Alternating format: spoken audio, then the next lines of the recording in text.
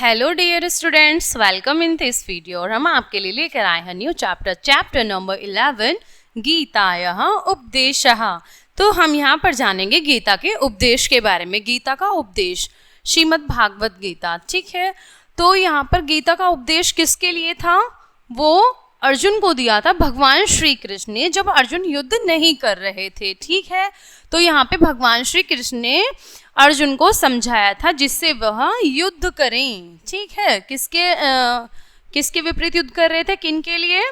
जहाँ पे पांडवों का कौरवों का साथ युद्ध चल रहा था, ठीक है। तो जो अर्जुन को क्या लग रहा था कि ये मेरे अपने हैं, मैं इन पर प्रहार किस तरह से करूं, मैं तो अपनों को मार रहा हूं, मैं अपनों को नहीं मारना चाहता। तो भगवान श्री कृष्ण ने कुछ उपदेश दिए थे, और वो उपदेश थे तो दिए तो अर्जुन को था, लेकिन वह उपदेश हम सभी के लिए है, ठीक है। चलिए देखते हैं प्रथम श्लोक क्या है गीता का, जो हमारे इस चैप्टर में है। कर्मण्येवा अधिकारस्ते मा फलेषु कदाचन मा कर्म फल हेतुर्भु मा ते संगोऽस्त्व कर्मणि, ठीक है। तो यहाँ पे कर्मों के बारे में बताया गया है कि कर्म करना चाहिए, कर्म करके उसके फल की इच्छा नहीं करनी चाहिए कभी भी। उसके फल की माँ फलेषु कदाचन, कभी भी उसके जो फल है ना उसके अधिकार तो तुम हो ही नहीं, उसकी इच्छा नहीं करनी चाहिए। फल देना ईश्वर के हाथ में है, तो कर्म करना हमारे हाथ में है, ठीक है। तो यहाँ पर इसीलिए कहा गया है कि कर्मण्य वा अधिकारस्ते माँ फलेषु कदाचन, ठीक है। तो तुम्हें केवल अपना कर्म करना चाहिए, कर्मण्य अधिकार, तुम्हारा कर्म पर अधिकार है। माँ फलेषु कदन, फल पर तुम्हारा कभी कोई अधिकार नहीं है। माँ कर्म फल हेतु भू माँ ते संगोऽस्त्व कर्मणि, ठीक है। तो यहाँ पे कहा जा रहा है कि तुम ना तो कभी कर्मों के फलों का कारण मानो, फलों का कारण मत मानो। ये मत सोचो कि तुम्हें फल मिलेगा, कर्म करके फल मिलेगा, तुम इसलिए कर्म कर रहे हो, ऐसा मत मानो, ठीक है। और ना ही माते संगोऽस्त्व कर्मणि, और ना ही तुम कर्म करने में कभी भी असत, मतलब उसमें आसक्त हो जाना, ठीक है। उसमें आसक्त भी मत हो, मतलब कर्म न करने पर, मतलब कर्म करो, कर्म न करने पर विश्वास मत करो, ठीक है। तो इसमें यही कहा गया है कि तुम्हें अपना कर्म करने का अधिकार है, किंतु माँ फलेषु कदाचन, तुम्हें किंतु कर्मों के फलों के तुम अधिकारी नहीं हो, ठीक है। तुम फल पर तुम्हारा अधिकार नहीं है। तुम ना तो कभी हेतु मतलब कारण बनो, ठीक है। तुम ना ही तो कभी कर्मों के जो फल है उसका कारण बनो, और ना ही तुम कभी भी कर्म न करने में आसक्त हो, ठीक है। तो दूसरा श्लोक है यहाँ पर, श्लोक नंबर 2। न जायते म्रियते वा कदाचिन्नायं भूत्वा भविता वा न भूयः अजो नित्यः शाश्वतो अयम पुराणे न हन्यते हन्यमाने शरीरे, ठीक है। तो यहाँ पर बताया गया आत्मा, ठीक है। आत्मा नहीं तो कभी मरती है, ना ही जन्म लेती है, ठीक है। और वो चिरकाल तक रहने वाली है, पुराणे अर्थात वो प्राचीन है, पुरानी है, शाश्वत है, नित्य है, अजय है, अमर है। तो यहाँ आत्मा के विषय में बताया गया कि आत्मा, तुम ये मत सोचो, अर्जुन को बोल रहे हैं कि तुम ये मत सोचो कि तुम अपनों को मार रहे हो, तुम सिर्फ उस शरीर को मार रहे हो जिससे उन्होंने पाप किया है, तुम उस आत्मा को नहीं मार रहे हो, क्योंकि आत्मा तो अजर है, अमर है, नित्य है, शाश्वत है, ठीक है।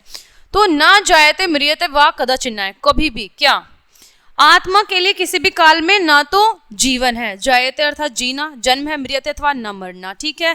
ना ही तो आत्मा कभी भी मरेगी और ना ही वो कभी जीती है, ठीक है। वो तो क्या है, वह ना तो कभी जन्मी है, भूतवा भविता ना भूयः, ना तो उसका भूत ना भविष्य, मतलब ना ही तो वो जन्मी है और ना ही वो जन्मेगी, ठीक है। आत्मा कभी जन्म नहीं लेती है, हमारा शरीर जन्म लेता है, और ना ही वो कभी जन्मेगी। अजो नित्यः शाश्वतो अयम पुराणे, और वह क्या है, अजन्मी है, नित्य है, शाश्वत है, और पुराणे अर्थात पुरातन है।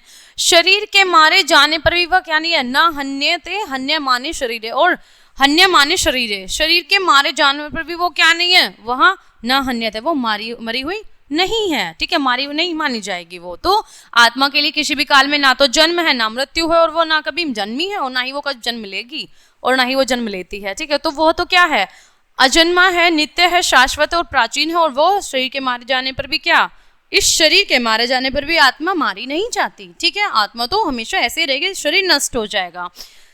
नेक्स्ट श्लोक है, नैनं छिन्दन्ति शस्त्राणि नैनं दहति पावकः न चैनं कलेद अन्त्यापो च शोष्यति मारुत। तो मारुत कहा गया हवा को, पावक है आग का यहाँ पर, ठीक है। और शस्त्र अर्थात जिससे अस्त्र, जो शस्त्र होते हैं जिनसे प्रहार किया जाता है, मारा जाता है, ठीक है। तो नैनम छिन्दन्ति शस्त्राणि, न तो अब आत्मा के विषय में ही बताया गया है यहाँ पर कि आत्मा को कोई मार नहीं सकता है। कौन कौन नहीं मार सकता है? आत्मा न तो किसी शस्त्र, ठीक है, किसी शस्त्र के द्वारा क्या नहीं होता, ना तो आत्मा किसी शस्त्र के द्वारा छिन्दन्ति अर्थात काटी जा सकती है। किसी शस्त्र से, तलवार से, खड़ग से किसी से उसको नहीं काटा जा सकता है। और नैनम दहति पावक, और न ही अग्नि के द्वारा वो जलाई जा सकती है, ठीक है। अग्नि भी उसको नहीं जला सकती, किसको? आत्मा को। नैनम चैनम कलेद अंत्यापो शोष्यति मारुतः, और क्या नहीं हो सकता? और उसको जल भी है जो है ना, जल के द्वारा उसको भिगोया भी नहीं जा सकता, जल भी उसको नहीं भिगो सकता। और या मारुत, ठीक है, तो वायु द्वारा वह नहीं सुखाई जा सकती है। वायु के द्वारा भी, मतलब वायु भी उसको ना शोष्यति मारुत, तो वायु भी उसको नहीं सुखा सकती है। किसको? आत्मा को। तो क्यों? आत्मा तो अजर है, अमर है, नित्य है, शाश्वत है। तो आत्मा न तो किसी शस्त्र द्वारा काटी जा सकती है, और ना ही किसी अग्नि के द्वारा इसको जलाया जा सकता है, और ना ही वो किसी जल के द्वारा, जल से भिगोई जा सकती है, और ना ही वो मारुत मतलब हवा के द्वारा सोखी जा सकती है, सुखाई जा सकती है, ठीक है। चलिए एक बार इसके हम शब्दार्थ देखेंगे। माँ कदाचन, माँ अर्थात होता है नहीं, और कदाचन मतलब कभी भी, ठीक है, तो कभी भी नहीं। नैनम अर्थात नैनम नहीं, हेतु भू मतलब हेतु होता है कारण, ठीक है। दहति अर्थात जलाना, दहति पावकः अग्नि द्वारा जलाना। संगकः होता है किसी चीज में संलग्न होना, हमारी आसक्ति, ठीक है। पावक अर्थात अग्नि का पर्यायवाची है यहाँ पर ये अकर्मणी, अकर्म मतलब जो कर्म नहीं करना, उसमें आसक्ति नहीं होना, अकर्म में। चैनम अर्थात च अर्थात और नैन मतलब नहीं, तो और नहीं। जायते अर्थात उत्पन्न, जायते उत्पन्न करना। और कलेद यंत, कलेद यंत्यापो, ठीक है, तो ये हो जाएगा पानी। आप और तो मतलब गीला नहीं कर सकता उसको, जल भी गीला नहीं कर सकता। म्रियते अर्थात मरती, और मारुत होता है हवा। कदा अर्थात कभी भी। भूतवा अर्थात होकर, भूतवा मतलब भूतकाल की बात बता रहा है, भूतवा होकर, कार्य का होकर, कत्वा प्रत्यय है इसमें, भू धातु। और पुराने अर्थात पुरातन, बहुत प्राचीन, ठीक है। तो ये था आपका गीता के श्लोक थे, यहाँ पर गीता का उपदेश था जो भगवान श्री कृष्ण ने अर्जुन को दिया था युद्ध के समय में, जब अर्जुन युद्ध करने के लिए उदित नहीं थे, युद्ध नहीं करना चाहते थे। वो क्यों? क्योंकि उनके सामने उनके अपने थे, पिता भीष्म थे, उनके भाई बंधु थे, तो वो युद्ध नहीं करना चाह रहे थे। तो भगवान श्री कृष्ण ने इनको उपदेश दिया था कि नहीं, तुम ये मत सोचो तुम उन्हें मार रहे हो, तुम उनके पापी शरीर को खत्म कर रहे हो, नष्ट कर रहे हो, तुम उन्हें वस्तु, तुम उन्हें मार नहीं रहे हो, ठीक है।